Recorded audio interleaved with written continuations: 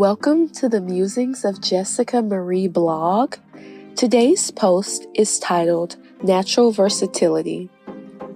Over the years, my hair has gone through a whole bunch of transitions, from fully natural to always being in braids to having damaged, broken ends to being completely chopped off. My hair has evolved with the various stages of life that I've gone through. And now I'm getting the urge to blow dry and potentially even straighten my hair. I haven't had straight hair in about 3 full years. The last time was when I was taking graduation pictures in 2020. That's due in part because I suffered major heat damage when trying to get perfectly silky straight strands.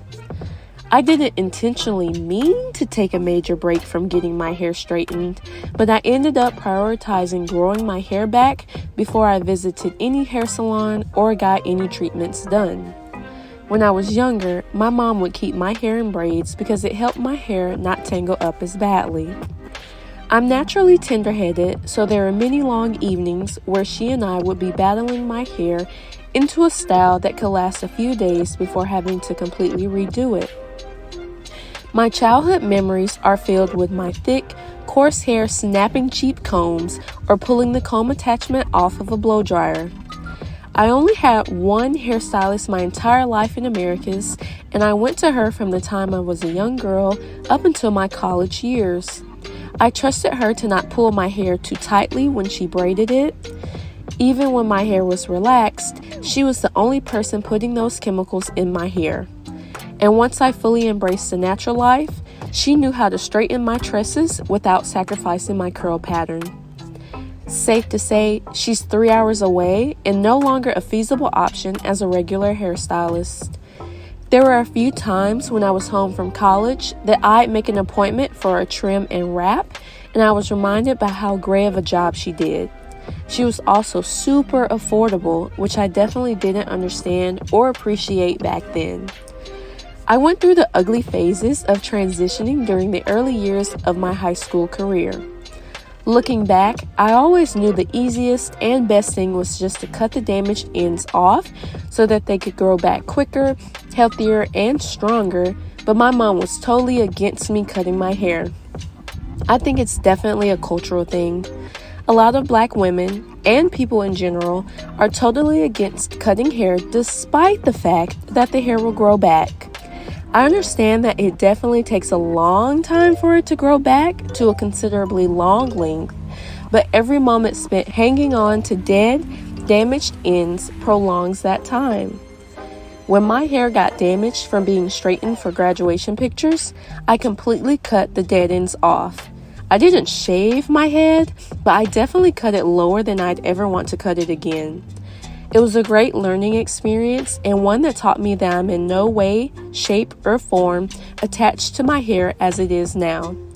I'm willing to cut it all off if it means my hair will be healthier. I think that with the right nutrition and supplements, hair won't take 5,000 years to grow back. Even now, when I give myself trims, I'm sure I cut way more off than necessary, but I'm never stressed because I know in a little while it'll be back to its length before I cut it. When I was in college, I would wash my hair once a week and then twist it up.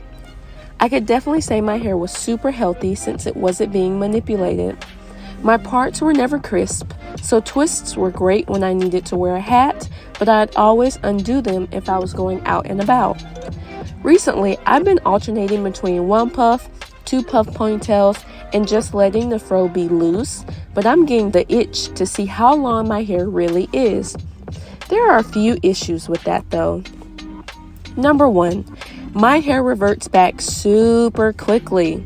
I love how silky my hair is when I first get it done, but the roots are puffed out by the 5th day, if not sooner, of having it straight. If it rains and the humidity is high, I'm done for.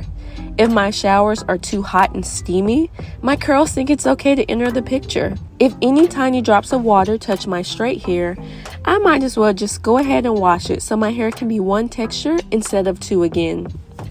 Number 2, getting my hair straightened is time consuming.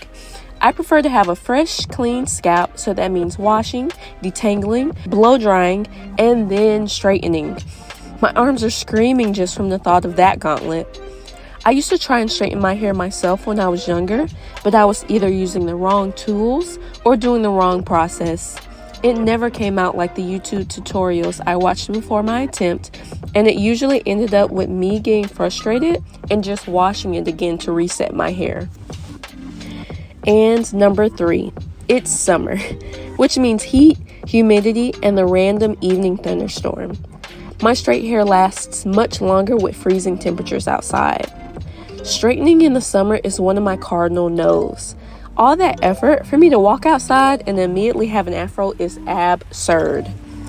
I think I want to get a blow dryer and try blowing it out at home first. If I'm able to master that, I might take it a step further and run a straightener over it. It would make trimming my hair much easier, and I'll be able to make sure my hair is mostly the same length instead of trimming unstretched hair just to find out it's severely lopsided in one region. Maybe I'll make that one of my winter initiatives. Maybe I'll forget by then. Who knows? The best thing is that hair isn't set in stone, and it can always be changed based on my mood, the season, and any other special event happening in my life. Signed, Jessica Marie.